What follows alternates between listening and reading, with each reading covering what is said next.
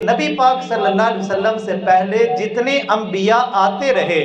ہر نبی کا چونکہ علاقہ بھی محدود تھا، چونکہ ان کا وقت بھی محدود تھا، اس لیے ان کی تعلیمات فقط اپنے ایک دائرہ کار کے اندر تک کے لیے ہوتی تھیں۔ ایک ایک وقت کے اندر کئی انبیاء رہے،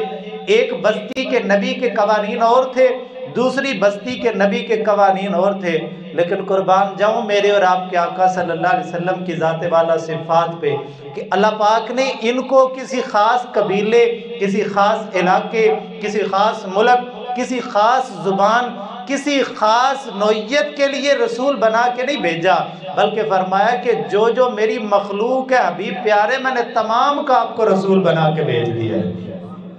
ہر مخلوق کا رسول بنایا، ہر علاقے کا رسول بنایا اور ہر زمانے کا رسول بنایا۔ اعلیٰ حضرت نے فرمایا قرن و بدلی رسولوں کی ہوتی رہی،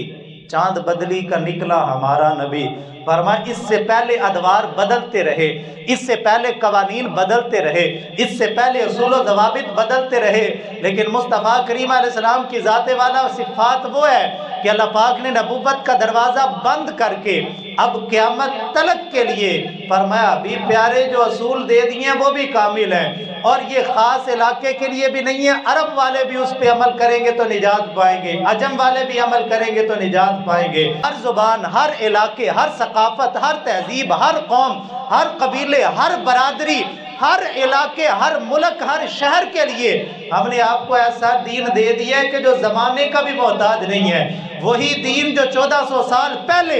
اگر اس پہ عمل کر کے فاروق اعظم کو اللہ کامیابیاں عطا فرما سکتا ہے، آج اس دور میں اگر ہم اس دین پہ عمل پیرا ہو جائیں اللہ شان ہمیں بھی عطا فرما دے گا۔